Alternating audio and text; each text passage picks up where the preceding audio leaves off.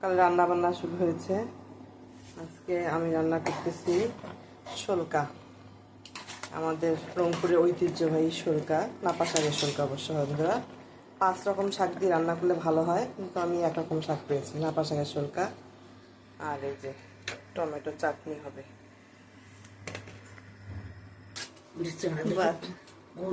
বাঁধাকপি কাটা হচ্ছে, বাঁধাকপি ভাজি হবে। বেশি মোটা করলে মনে হবে গরু খাবার নাকি।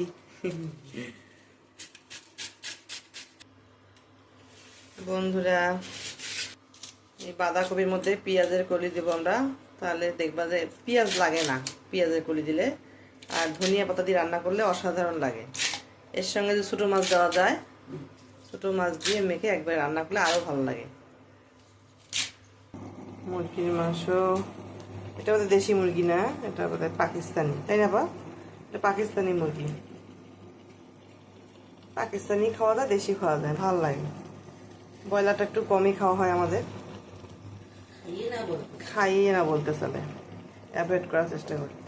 থামেন বলতেছি, এই যে এইভাবে সবজি প্যাকেটের মধ্যে করে আমরা প্যাকেটটা বন্ধ করে রাখবো। 7 দিন পরে 10 দিন পরে এটা সারে পরিণত হবে। আমার যে গাছগুলো আছে বারান্দায়, এইভাবে আপনারা দিতে পারেন। এটা জৈব সার, প্রাকৃতিক জৈব সার। আলহামদুলিল্লাহ রংপুরে রোদ দেখা গেছে বন্ধুরা। এই রোদে আর একবার ভিডিওতে বলছিলাম যে অন্তত 30 মিনিট বা 40 মিনিট বসবা, তাহলে ভিটামিন ডি এর অভাব পূরণ হবে। ভিটামিন ডি এর কারণে কিন্তু আমাদের সব রোগগুলো হচ্ছে।